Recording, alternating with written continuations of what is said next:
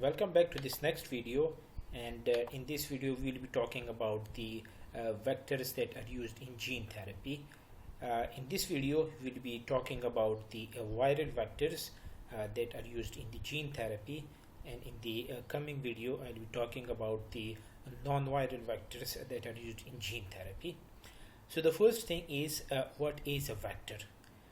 A vector is a DNA molecule that is used as a vehicle to artificially carry foreign genetic material into another cell where it can be replicated or expressed. It simply means that vector is a vehicle that is used to deliver foreign genetic material into a cell for a particular purpose, either for replication or for expression of the product of that particular genetic material. Now, early advances in the genetic engineering of bacteria, cells, and small animals, scientists started considering how this technique of genetic engineering it could be applied to medicine, and they usually use two main approaches in this particular context. The first approach is adding a gene to replace a gene that is not working properly. You have a mutated gene that is not producing its product. So what you do is that you add a functional copy of that particular gene into the cell to produce a functional product, so that the disease condition that can be cured. Another approach is sometime inside the cell, some genes they are overexpressing, they are producing problematic kind of the proteins. So another technique that can be used is disrupting those particular genes. They are not working properly and they are affecting the normal physiological functions of that particular cell. If you talk about the gene therapy, so as of 2020, gene therapy is still generally an experimental technique, although in 2012, Calibra that we discussed in the last video, that has become the first gene therapy treatment to be approved for the lipoprotein lipase gene. But if you look at the broader context of the gene therapy, this is still considered as an experimental technique, and a lot of things that need to be done as far as the gene therapy is concerned. Now, when you talk about the gene therapy, in gene therapy, the DNA must be administered to the patient, of course, utilizing the vectors. There's that particular DNA that get to the cell that need a repair. It enters into the cell and expresses a particular protein which is not produced in that particular cell, and thereby curing that particular condition. Now, generally, the DNA is incorporated into an engineered virus, and that serves as vector. As I've told you that in this particular video we are talking about the viruses. So the vectors, the viral vectors that are used in the gene therapy, they are usually engineered virus. By that I mean that the pathogenicity genes of those particular viruses that has been removed, and those viruses are only used as a vehicle to deliver your DNA of interest into the cell, so that you can actually cure that particular condition. So in the gene therapy, these engineered viruses that serve as vector to get the DNA through the bloodstream into the cell, and in case of the retroviruses that we'll be seeing in a while, for incorporation into a chromosome. Now, the most famous thing, or the most famous approach that is used in the gene therapy is administering a gene that causes a protein to be expressed that the patient directly needs. So this is the most general strategy that is utilized in the gene therapy techniques. If you talk about the viruses, they have the general ability, they have the wild ability to enter into the cell. Now, all of the viruses, they bind to their host cell, as I've shown you in this particular diagram, that the first thing that the viruses do, that they are going to attach themselves to the surface of a particular cell is their replication cycle. Now, the viruses, they actually insert their genetic material into the cell, and when they inject their genetic material into the cell, they are hacking the body's normal production machinery to serve the need of the viruses. By that I mean, when the viral genetic material enters into the cell, it is using the transcription and the translation machinery of the host cell to produce more of its copy so that it can infect more and more cells. So as these viruses have got the natural ability to introduce their genetic material into the cell, therefore we can utilize this strategy of the viruses, this property of the virus, to deliver our gene of interest along with the genetic material of the viruses. And as we have removed the pathogenicity genes from the virus, we are using engineered viruses, so that the virus will be only acting as a carrier for our gene of interest, and we will be utilizing their natural properties for our desired purpose. Different kind of the viruses that have been used as vector in the gene therapy. One of the most common is the retroviruses. If you talk about the retroviruses, their genetic material is in the form of the RNA, while the genetic material of their hosts, in case of the human beings, the genetic material is in the form of the DNA. Now, when a retrovirus it infects the host cell, it introduces its RNA, but together with some enzymes, and the most famous one, they are the reverse transcriptase and integrase into the cell. So what the virus is doing, that they are introducing their RNA along with the reverse transcriptase and the integrase enzyme. Now these two enzymes have got distinct functions. The function of the reverse transcriptase is to convert the RNA molecule of the retroviruses into a DNA form, and once they have been converted into the DNA form by the phenomena known as the reverse transcription, the integrase enzyme is actually incorporating the DNA copy of the genetic material of the retroviruses into the host cells.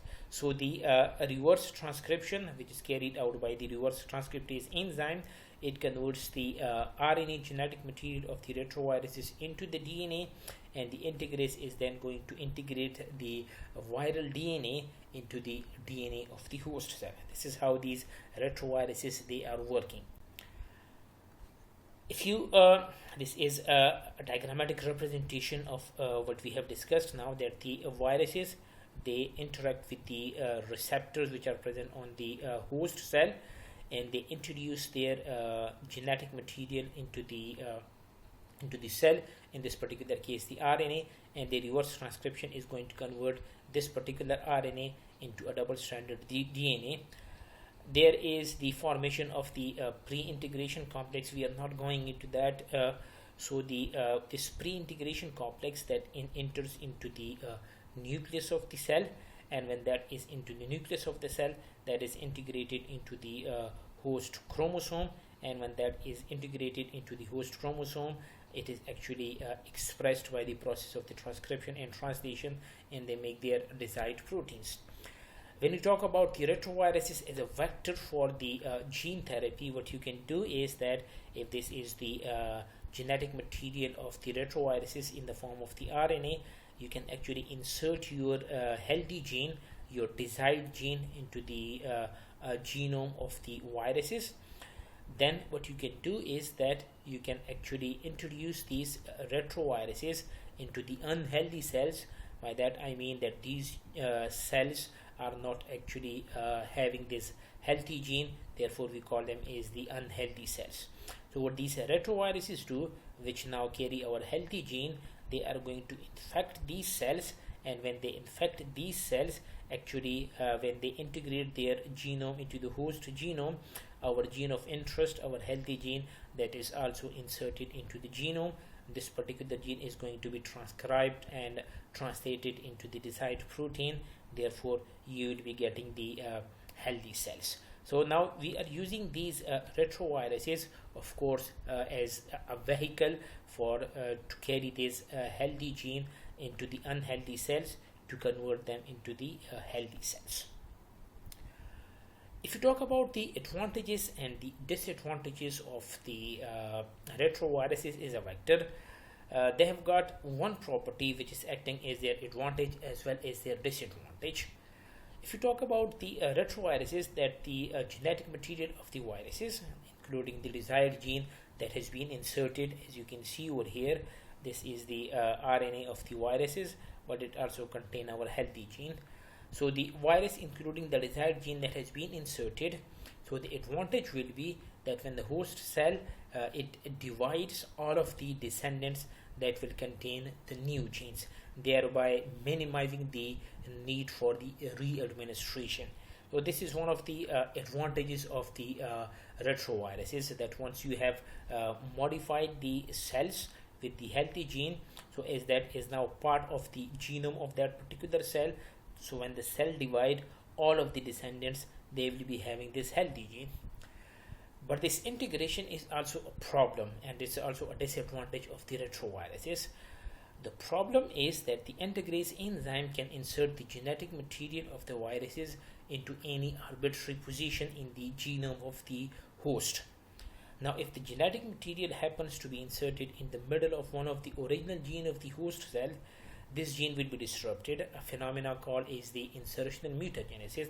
Now, what this means is that, say for example, if this is the RNA of the RNA of the retroviruses containing our healthy gene, so as the integrase enzyme can insert this genome into anywhere in the genome, and if it is inserting it into the middle of a gene, disrupting the function of that particular gene, that particular phenomena is known as the insertional mutagenesis.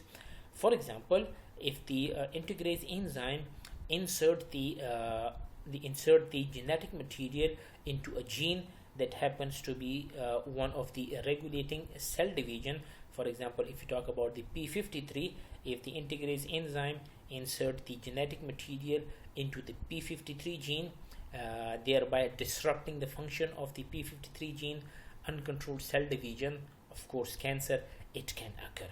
So the integration is an advantage of the retroviruses, but at the same time the arbitrary integration integration into anywhere in the genome can be a problem if that insertion happens into the one of the important genes of the cell. Now, this particular problem has recently been addressed by utilizing the zinc finger nucleases, which actually direct the integration to specific chromosomal sites. These retroviral vectors that have been used to treat the X-linked SCID, we talked about the SCID in our last video, that is the severe combined immunodeficiencies. So the retroviral vectors that have been used to treat the X-linked SCID, and that is actually one of the most successful application in the of the retroviral vectors in gene therapy. Now, more than 20 patients they have been treated in France and Britain with a high rate of immune system reconstitution. But the same retroviral vectors, when they were used in the USA, some of the patient they were reported with the leukemia condition. To date, 4 children in the French trial and 1 in the British trial have developed leukemia as a result of the insertional mutagenesis by the retroviral vectors. So as I've told you that these retroviral vectors, they can have this phenomena of the insertional mutagenesis. So some of the patients, they develop the leukemia because of the insertion mutagenesis into one of the important genes responsible for the cell division. These 4 children, all but one of these children responded well to the conventional anti-leukemia treatment. So out of these 4, 3 they were actually responding to the anti-leukemia treatment, but one of the children he was not responding to the conventional anti-leukemia treatment. Now, gene therapy trials used to treat ADA SCID. We have a detailed discussion on the ADA SCID in our last video, and I'll share the link in the description. So these retroviral vectors, they have been used to treat the ADA SCID in USA, Britain, Ireland, Italy, and Japan with relative success. Another kind of the virus that can be used as a vector in the gene therapy, they are known as the adenoviruses. So if you talk about the genetic material of the adenoviruses, that is in the form of the double-stranded DNA, and these adenoviruses causes respiratory, intestinal, and eye infection in the human beings. What these viruses do, that when they infect a host cell, they introduce their DNA into the host cell, but unlike the retroviruses, they are not going to incorporate their DNA into the host genetic material. Now this DNA molecule, the DNA of the adenoviruses, that is free in the nucleus of the host cells, and the instruction in this DNA molecule are transcribed just like any other gene. They are transcribed, they are translated, and they are going to make the desired proteins. The only difference is that these extra genes, they are not replicated when the cell is about to undergo cell division. We discussed that in the retroviruses, is the retroviruses insert their genetic material into the host chromosome. So when the cell replicate their DNA, the DNA of the retroviruses also replicate. But in this particular case, as the adenoviruses are not incorporating their genetic material into the host cell, so when the cell divide, this DNA is not replicated. This is one of the problems with the adenoviruses, that it requires re-administration in a growing cell population, because when the cell divide, the DNA that is not replicated, that means you require re-administration of that particular gene into the growing cells. This is the use of the adenovirus as a vector in the gene therapy. This is the viral DNA, and what you do is that you insert your desired gene into the DNA of the adenoviruses. So when the adenoviruses that enter into the cell, they enter into the nucleus through the nuclear pores, utilizing the nuclear pores that enter into the nucleus of the cell, and inside the nucleus, the RNA polymerase is going to transcribe it into the messenger RNA. Therefore, you will be getting your desired protein. So this is how the adenoviruses that can be used as vectors in the gene therapy. Now, one of the advantages is that the absence of the integration into the host cell genome, that should prevent the type of the cancer seen in the SCID trials utilizing the retroviruses as vectors, as we discussed in our previous slides. Now, the adenoviruses vectors that has been promoted for treating cancer, and indeed the first gene therapy product to be licensed to treat cancer, by the name of the Gendicine, which is actually an adenoviral p53 based gene therapy that was approved by the Chinese Food and Drug regulators in 2003 for the treatment of the head and neck cancer. Another adenoviral vector, which is known as the vaccine, that was turned down by the US Food and Drug Administration in 2008 because of certain problems in the vaccine. The third type of the viruses that you can use is, they are known as the envelope protein pseudotyping of viral vectors. You will come to know the concept in a while, what you mean by the pseudotyping of the viral vectors. We discussed about the retroviruses, but one of the problem with the retroviruses is that the retroviruses have limited natural host cell ranges. They can infect a limited number of the cells. And although the adenoviruses that we discussed, they have a relatively broader range of cells, they can infect a broader range of cells efficiently. Some type of cell are still refractory to infection by these viruses. So what you do is that you need a vector which can introduce the genetic material, your desired gene, into a broader range of cell, into a variety of the cell. As we discussed in our starting slides, that attachment to and entry into a susceptible cell is mediated by the protein envelope on the surface of the virus. The entry into the potential host cells required a favorable interaction between a protein on the surface of the virus and a protein on the surface of a cell. That means on the surface of a host cell, you need a protein receptor. On the surface of a virus, you need a protein, an envelope protein, and it is actually the interaction of the envelope protein of the virus with the protein that is present on the surface of the host cell that allow the entry of the viruses into the cell. Now, depending on the gene therapy, you might either want to limit or expand the range of cell susceptible to transduction by a gene therapy vector. Sometimes you need to infect a limited number of the cell. Sometimes you need to infect an expanded number of the cell. So there are no vectors that can no natural vector that fits in this particular category. So what you have to do is that you have to modify the viruses now.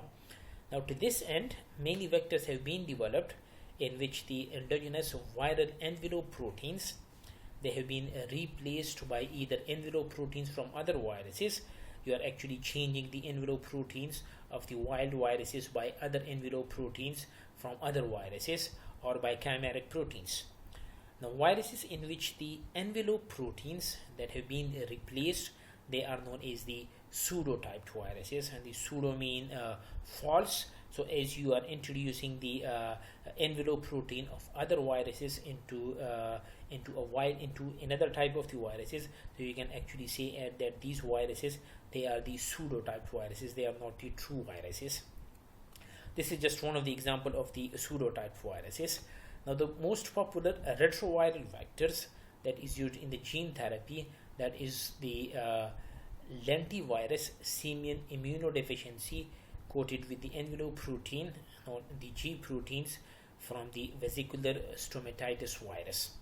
Now, this particular virus, this pseudotyped virus, is known as the VSV G pseudotyped lentivirus, and this pseudotyped virus, it infects an almost universal set of cells. Now, what this paragraph actually means, you have got the Lentivirus simian immunodeficiency virus. This is one of the viruses. This is another virus with the vesicular stomatitis virus, and on the surface of this VSV, you have got this G protein. So what you are now doing is that you are introducing this G protein, you are taking the G protein of the VSV, and you are going to introduce that into the lentivirus. So you are actually introducing the envelope protein of this virus on the surface of this particular virus, which is not expressing the G protein. So this is known as the VSVG pseudotyped lentivirus. This particular virus is actually the Lentivirus simian immunodeficiency virus, but it is expressing this particular G protein on its surface. So naturally, the lentivirus is not expressing the G protein, but after you can say modifying it, you are introducing this G protein on the surface of the lentivirus. Therefore, we call that is the pseudotyped lentivirus. And to specify this, what changes you have made, you are actually using this term, that you are using the G protein of the VSV protein, making the lentivirus as a pseudotyped virus, which can infect almost an universal set of cells. Now, many attempts have been made to limit the tropism of viral vectors to one or a few host cell population. So you can go in both ways. You can actually expand the set of cells you want to infect, or you can you can actually limit the tropism of the viral vector. That depend on the need of your experiments, what kind of the infection you want to treat. Now, this advance would follow for the systematic administration of a relatively small amount of vectors, and these vectors show great promise for the development of the magic bullet gene therapies. Another kind of the viruses that you can use, they are known as the herpes simplex virus. Now, this herpes simplex virus is actually a human neurotropic virus, which is mostly examined for gene transfer in the nervous system. So you can use the HSV for the gene therapy treatment of the nervous system of the human beings. Now, the wild type HSV1 virus that is able to infect neurons, and it have the ability to evade the human immune response, but may still become reactivated and produce a lytic cycle of the viral replication. Therefore, it is typical to use mutant strain of HSV1 that are deficient in their ability to replicate. That means when you are using the HSV1 for the gene therapy, you have to modify it, and you have to use an engineered HSV1 virus. The problems with the HSV1 virus, for example, for rare cases of the encephalitis, that provide some rationale to using the HSV2 as a viral vector. So as compared to the HSV1, the infectivity of the HSV2 that is low, so you can also use this HSV2 as a viral vector for delivery of your desired gene into the nervous system. We will continue the discussion in the next video.